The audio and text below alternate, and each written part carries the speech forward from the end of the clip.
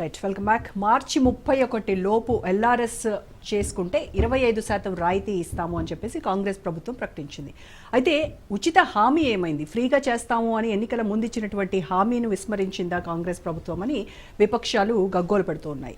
అయితే మోసానికి Congress care of అడ్రస్గా ఉంది. అలాగే ఇప్పుడు 1000 కోట్ల దోపిడీకి సిద్ధమవుతోంది అని చెప్పేసి బీఆర్ఎస్, బీజేపీ కాంగ్రెస్ పైన విమర్శలకు తెరలేపినటువంటి పరిస్థితి. సో దీనిపైనే ఈరోజు డిబేట్లో మాట్లాడడానికి బీజేపీ నాయకులు ప్రకాష్ రెడ్డి గారు మనతో జూమ్లో జాయిన్ అయ్యారు. నమస్కారం అండి ప్రకాష్ రెడ్డి గారు. నమస్తే అండి. అలాగే కాంగ్రెస్ నేత ఆరేపల్లి మోహన్ గారు ఉన్నారు. నమస్కారం మోహన్ గారు. నమస్కారం. అండ్ బీఆర్ఎస్ నాయకులు బొల్ల మల్ల యాదవ్ గారు. నమస్కారం అండి. అండ్ స్టూడియోలో నాతో పాటు ఉన్నారు retired deputy collector Ram Gopalarao గారు. నమస్కారం అండి.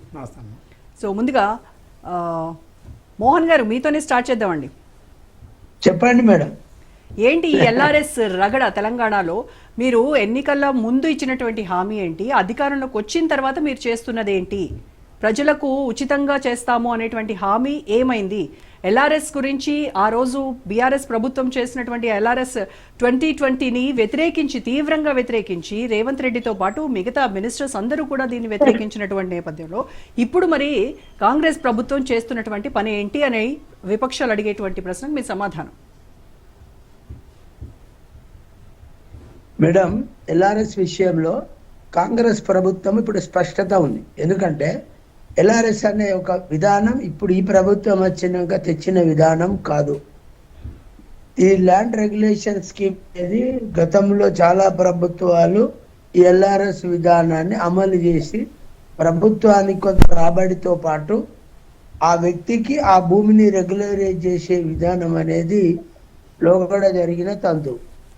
ఇప్పుడు ప్రతిపక్షాలు ఏమంటాయంటే రేవంత్ రెడ్డి గారు కాంగ్రెస్ ప్రభుత్వం అధికారంలో రాకముందు ఎల్ఆర్ఎస్ ఫ్రీ చేస్తామనే మాట కూడా చెప్పిండ్రు అనేది ఒక అంశం. అయితే ఫ్రీ చేసే అంశంలో కూడా మరి కాంగ్రెస్ ప్రభుత్వం స్పష్టంగా ఉంది. ఎందుకంటే ప్రభుత్వ భూమిలో 20 కానీ 40 కానీ 100 గజాలు కానీ లేదా 2 గుంటల వరకు గతంలో ప్రభుత్వం ఫ్రీగా చేసిన విషయాన్ని సందర్భంగా గుర్తు చేస్తా ఉన్నా.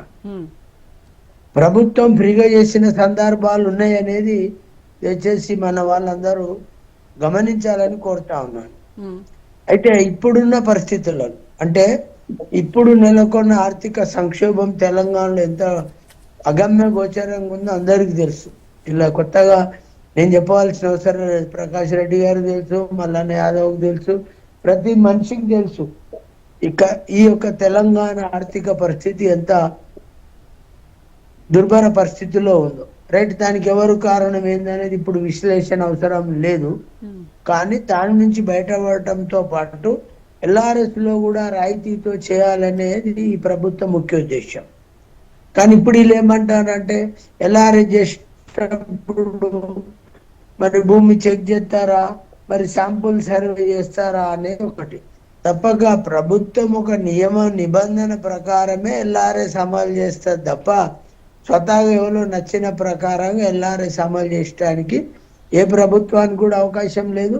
ఈ ప్రభుత్వం కూడా చేయదని నేను భావిస్తాను. కాబట్టి ప్రభుత్వం నియమ నిబంధనకు లోబడి ఎల్ఆర్ఎస్ అమలు చేస్తుందనే విషయాన్ని సందర్భంగా గుర్తు చేస్తూ మరి లోగడ ఈ ప్రభుత్వం వచ్చినాక 2 సందర్భాలలో చాలా భూములు అంటే చెప్పిన కదా 60 గజాలు కానీ 120 గజాల నుంచి 200 గజాల వరకు 2 గుంటల వరకు కూడా ప్రభుత్వం ఫ్రీగా చేసిన విషయాన్ని సందర్భంగా గుర్తు చేస్తా ఉన్నాను. కాబట్టి ఎల్ఆర్ఎస్ అనేది ప్రభుత్వం ఏ ప్రభుత్వం ఉన్నా అది ఒక పద్ధతి ప్రకారం క్రమం ప్రకారం చేసుకుంటూ పోవాల్సిన అవసరం ఉంటుంది అనేది ప్రభుత్వ ఆలోచన. దానికి అనుగుణంగానే జరుగుతుంది. మీరు విన్నారో లేదో, పొంగులేటి శ్రీనివాసరెడ్డి గారు మొన్న హరీష్ రావు గారు మాట్లాడితే ఈ ప్రభుత్వం వచ్చినాక 1 గుంట భూమి కాదు కదా, 1 గజం భూమి కూడా ప్రభుత్వ భూమిని ఇతరులకు అమ్మలేదనే మాట చెప్పాడు. ఏ సందర్భంలో ఈ ఇండస్ట్రియల్ ఇన్ఫ్రాస్ట్రక్చర్ కార్పొరేషన్ భూమి కేటాయించిందని ఒక విషయం జరుగుతున్న సందర్భంలో నేను ఎందుకు విపులంగా చెప్తున్నా అంటే ప్రభుత్వం ఏదైనా ఒక నియమ నిబంధనల ప్రకారం నడుస్తుంది తప్ప ఒక వ్యక్తి చెప్పినట్టు జరగదనే విషయాన్ని అందరూ గమనించాలన్న మాట చెప్తూ ఎల్ఆర్ఎస్ విషయంలో కూడా ప్రభుత్వం స్పష్టతనిస్తుంది. దాని క్రమంగానే గైడ్ లైన్స్ వచ్చినాయి. ఆ గైడ్ లైన్స్ ప్రకారమే భవిష్యత్తులో ఎల్ఆర్ఎస్ జరిగే అవకాశం ఉందనే మాట ఈ సందర్భంగా గుర్తు చేస్తా ఉన్నాను. మోహన్ గారు, తులం బంగారం మొదలు పెడితే ఎల్ఆర్ఎస్ వరకు కూడా మొత్తం కూడా కాంగ్రెస్ ఇచ్చినటువంటి అన్ని 420 హామీసే అని బీఆర్ఎస్ బీజేపీ ఇద్దరు కూడా అంటే ఒక్కటైతే ఆరోపిస్తున్నారు. వాస్తవం అమ్మా, చెప్పండి. ఆనాటి పరిస్థితులలో ప్రభుత్వం యొక్క ఆలోచన ఏంటంటే గరీబులకు పెళ్లికి ఏమంటారు 1,00,000 రూపాయల పైచిలుకు కాక ఒక తులం బంగారం అదనంగా ఇచ్చి ఆదుకుంటే బాగుంటది అనే మాట రేవంత్ రెడ్డి గారు గాని కాంగ్రెస్ పార్టీ గాని చెప్పిన మాట వాస్తవం. ఇప్పుడు కూడా దాన్ని అమలు చేసే క్రమంలో చాలా ప్రయత్నాలు జరుగుతా ఉన్నాయి. తప్పక ఆ తులం బంగారం ఇప్పటి వరకు జరిగిన పెళ్లిళ్ళకు కానీ భవిష్యత్తులో జరిగే పెళ్లిళ్ళకు కానీ ప్రభుత్వం దానికి ఒక పథకం ఆలోచిస్తుంది. తప్పక ఆ తులం బంగారం కూడా ఒకవేళ ఇప్పటి వరకు జరిగిన ఈ సంవత్సరంలో జరిగిన పెళ్లిళ్ళకి ఇస్తారు, భవిష్యత్తులో జరిగే పెళ్లిళ్ళకు కూడా ఇస్తారు. కార్యాచరణ చేస్తా ఉన్నారు. ఎందుకంటే చాలా లోటు బడ్జెట్ అమ్మా, మాట చెప్పాలంటే భయమైపోతుంది. దాదాపు 30 నుంచి 40 వేల కోట్ల వడ్డీలు అసలు కలిపి దాదాపు మన బడ్జెట్ లో సగం వరకు వడ్డీలు అసలు కట్టేదానికే పోతా ఉన్నాయి. సో ఈ లోటు బడ్జెట్ ను పూడ్చుకోవాలి.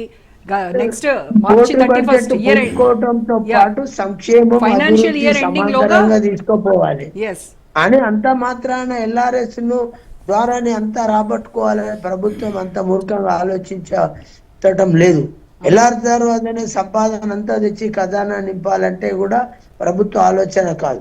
ఎల్ఆర్ఎస్ కూడా ఒక నియమం ప్రకారం ఇదివరకు లోగడ జరిగిన విధానానికి ఇంకా కొంత సవరించి ఆ నిబంధనలు కొంత సవరించే ఎల్ఆర్ఎస్ ని అమలు చేసి ప్రజలకు అందుబాటులో తెచ్చి కొంత బీదవారికి కూడా అండగా ఉండే ప్రయత్నంలో ఎల్ఆర్ఎస్ యొక్క ముఖ్య ఉద్దేశమైన మాట చెప్తూ తప్పక తులం బంగారం ఈ ప్రభుత్వం ఇస్తుంది.